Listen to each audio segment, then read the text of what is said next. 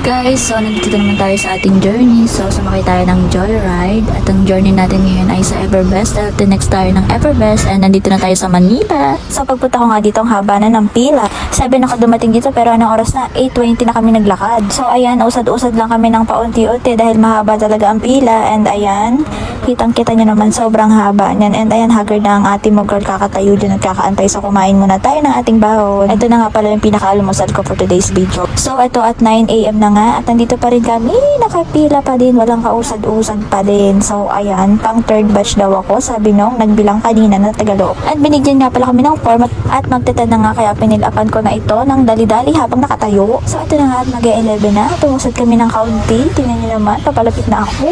So tuwag na nga at talaga namang nandito pa rin kami, nag-aantay sa labas at walang kausad-usad at humaba na din ang humaba yung pila sa dulo, ewan ko ba? So 12:20 na nga at umupo tayo dahil nakakangari naman talaga at so makulimlim pero sobrang init pa din dito sa labas, kailangan talaga mag-sunscreen tayo.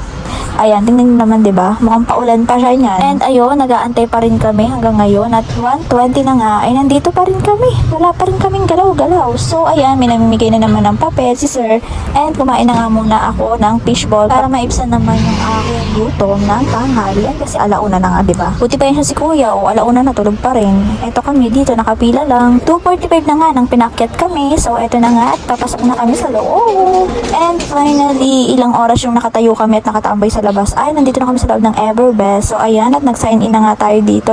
Form at 5 PM nandito pa rin ako and nag-take nga pala ako ng dalawang exam, MXIC and Young Optics. So dalawa yung in-exam ko para sulit naman at ito nga at gabi na. Dalawa nga pala yung in-exam ko para naman hindi sayang yung pamasahe ko dahil napakalayo din naman ang sa amin. And gabi na nga, paglabas ko at nandito na ako ngayon at pauwi na sa LRT tayo. So gabi na nga tayo magsa-7 na. Nakarating dito sa ating sakayan. So let's go, uwi na tayo. Pagod na, bye-bye. So 7:50 tayo nakarating dito sa sakayan ng bus pa Santa Cruz at uminom nga tayo ng Biogesic dahil sumasakit na talaga yung ulo ko.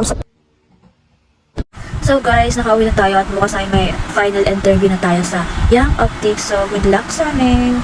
Let's sleep na.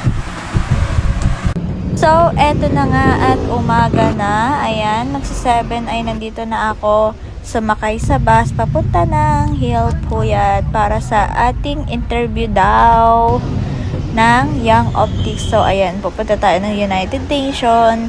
And nandun yung Everbest dahil dun yung mai-interviewin sa atin. So Lord, kayo na pong bahala sa akin. Gabayan niyo po ako palagi. Kung will niyo po talaga na ibigay ito sa akin, ay sige po Lord, go lang ng go. So ayan, nagpa-refresh muna ako ng itsura ko dahil interview nga ni. So ayan, waiting lang kami sa magi-interview. Papasukin kami sa loob. Dito lang yun sa Everbest. After ilang oras ay natanggap na namin ang aming kapalaran at ligwak again ng e-abroad na ito. So nandito tayo dahil ligwak nga tayo, nandito tayo ngayon sa ICAS. So ayan, pauwi na ang e-abroad dahil ligwak sa height. Ayan, United Nations, pauwi na ulit tayo at fresh pa rin ako. So ayan, senti-senti lang muna ang e-abroad. Bawi na lang next time. Yun lang. Salamat.